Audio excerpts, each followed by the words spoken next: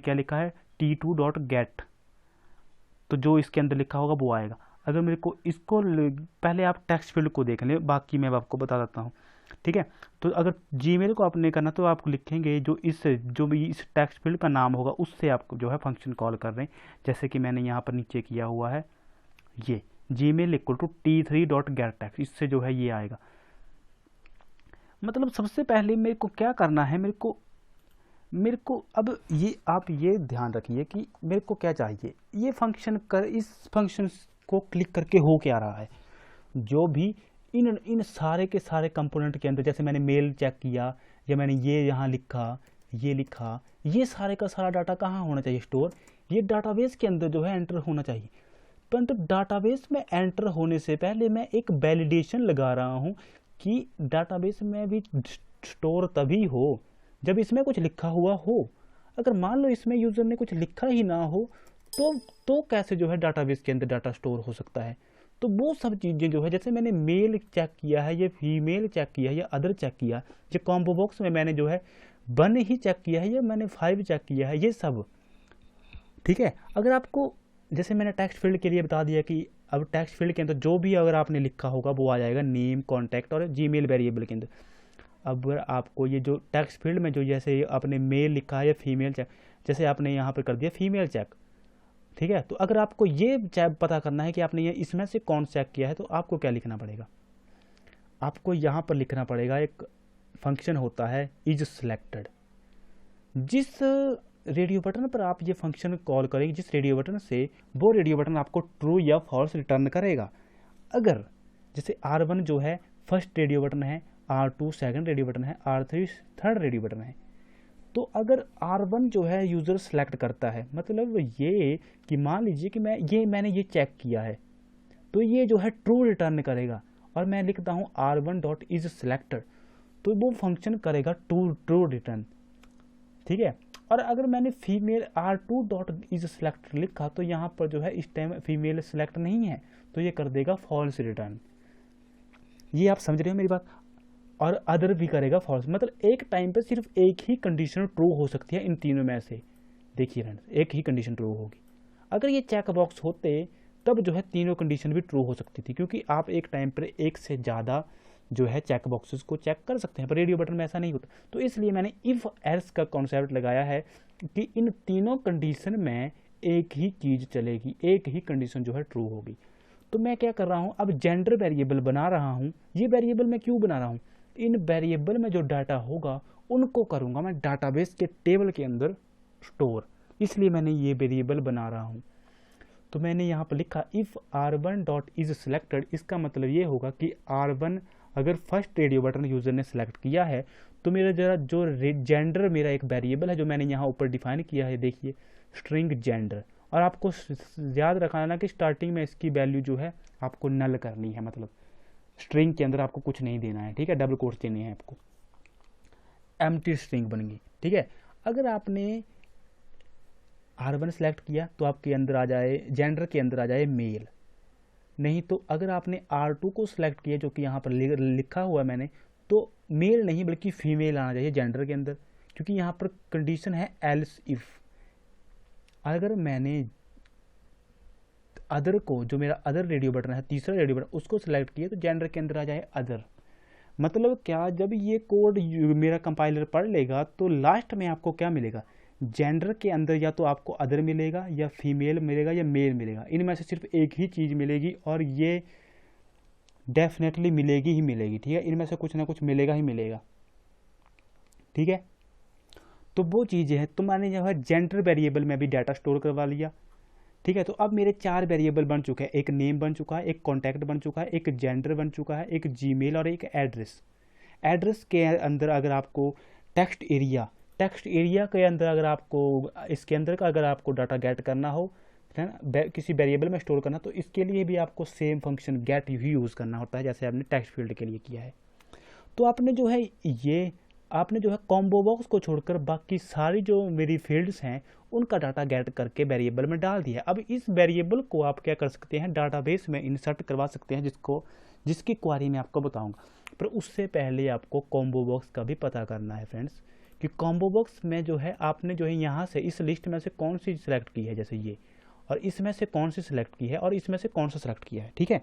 तो वो अगर आपको पता करना है तो कॉम्बो बॉक्स का एक फंक्शन होता है, ठीक है, कॉम्बो बॉक्स का एक फंक्शन होता है गेट सिलेक्टेड आइटम, ठीक है फ्रेंड्स।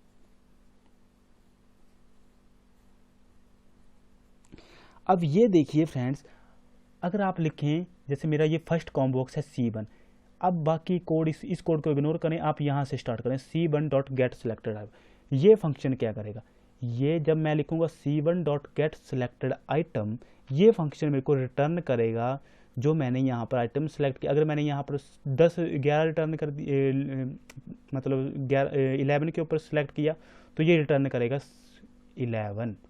और 11 क्या हो गया, ये इस फंक्शन का काम क्या है, इस फंक्शन का काम है आइटम को सिलेक्ट करके उसका एक ऑब्जेक्ट रिटर्न करना। फ्रेंड्स, ऑब्जेक्ट ना, ये ना ही स्ट्रिंग है ना ही इंट है, परंतु मेरा जो एक DOB जो मेरा एक ये वेरिएबल है, ये एक स्ट्रिंग टाइप का वेरिएबल है, जो कि आप ऊपर देख सकते हो, ये मैंने बनाया है DOB का नाम का एक स्ट्रिंग का टाइप का वेरिएबल। तो आप एक ऑब्जेक्ट को एक स्ट्रिंग में जो है नहीं स्टोर कर सकते, आप स्ट्रिंग के अंदर स्ट्रिंग को ही स्टोर कर सकते हो। इसलिए मैंने ये फंक्शन लगाया है स्ट्रिंग डॉट वैल्यू ऑफ, और उसके अंदर मैंने जो है, अगर मेरा गेट सेलेक्टेड आइटम अगर कुछ किसी भी टाइप का अगर मेरे को कुछ डाटा रिटर्न करे, तो वो स्ट्रिंग में पहले कन्वर्ट हो, फिर जाके DOB में स्टोर हो जाए, ठीक है फ्रेंड्स। प्लस, प्लस क्यों लगाया है मैंने फ्रेंड्स, प्लस मैंने इसलिए लगाया है ताकि देखिए एक डेट का जब मैं आपको यहाँ पर देखूँ तो आपको एक बड़ा ही सिंपल, जैसे 5 के बाद आपको एक डैश मिल रहा है, फिर 7 के बाद आपको डैश मिल रहा है, मतलब एक मतलब डेट ऑफ बर्थ का एक फॉर्मेट बन रहा है। तो फॉर्मेट बनाने के लिए, क्योंकि डैश तो मेरे को कहीं से मिलेगा नहीं, तो इसलिए यहाँ पे मैंने स्ट्रिंग कॉन्केटनेशन जो है यूज़ की हुई है जावा के अंदर। तो सबसे पहले ये चीज़ आएगी, ठीक है। जैसे इसका मतलब क्या हो गया, इसका मतलब होगा कि ये एक वेरिएबल ही होगा, ठीक है, एक टाइप की वैल्यू होगी, और ये एक स्ट्रिंग है। एक स्ट्रिंग और वैल्यू को अगर आपने एक साथ लिखना होता तो आपको प्लस के साथ कॉन्केटिनेशन करनी ही पड़ती है, और डबल कोट्स के अंदर मैंने स्ट्रिंग को लिखा है क्योंकि एक स्ट्रिंग है, ठीक है। तो यहाँ तक आपको कोड समझ में आ गया। पर मेरे को क्या चाहिए कि जो बाकी कॉम्बो बॉक्स है वो भी जो है उनकी आइटम, मतलब वो भी उनकी वैल्यू भी ऐड हो। तो मैंने C2 से जो है get selected item function call किया है, जो कि मेरे को अगर मैं इसमें से कोई भी चीज़ सेलेक्ट करता हूँ वो रिटर्न करेगा। तो ये ऐसे ही मैंने दूसरे से किया और तीसरे से किया, और इसको मैंने कर लिया स्ट्रिंग में कन्वर्ट। स्ट्रिंग में कन्वर्ट होने के बाद अब ये चीज़ सारी की सारी क्या बन रही है, ये सारी पहले आएगा, जैसे C1 से मैंने सेलेक्ट किया 1, तो 1 आएगा, फिर उसके बाद आएगा डैश, फिर आएगा अगला जो मैंने मंथ को सिलेक्ट किया, जैसे मैंने किया 1 ही मंथ सेलेक्ट, तो यहाँ पर 1 आएगा, मतलब 1 डैश इसमें आएगा, आप ये देखिए 1 डैश 1, ठीक है, ये फॉर्मेट बन रहा है। फिर तीसरे में मैंने क्या सेलेक्ट किया, मैंने तीसरे में कर दिया सेलेक्ट 1919, तो फिर पहले डैश आएगा, देखिए जैसे यहाँ पर लिखा हुआ, तो डैश, फिर आएगा 90। इससे क्या होगा, ये एक प्रॉपर स्ट्रिंग बन चुकी है। अब ये सारी चीज़ हो जाएगी इस DOB में स्टोर। तो अब इस चीज़ की जगह अगर आप ये भी लिख दें, ये जो लिखी हुई है 1190, कंट्रोल Z कर देता हूँ, ठीक है।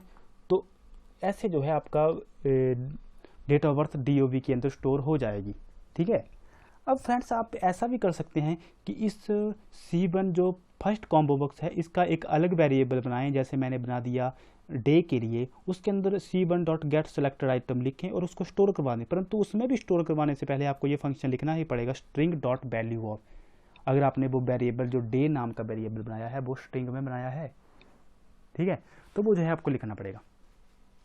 फिर आपने दूसरा वेरिएबल बनाया, जैसे आपने बनाया दूसरा मैंने मंथ, ठीक है, फिर उसमें लिखें C2 डॉट गेट सेलेक्टेड है, जैसे string dot value of C2 dot get selected. ऐसे ही आप तीसरा वेरिएबल बनाएं ईयर के लिए।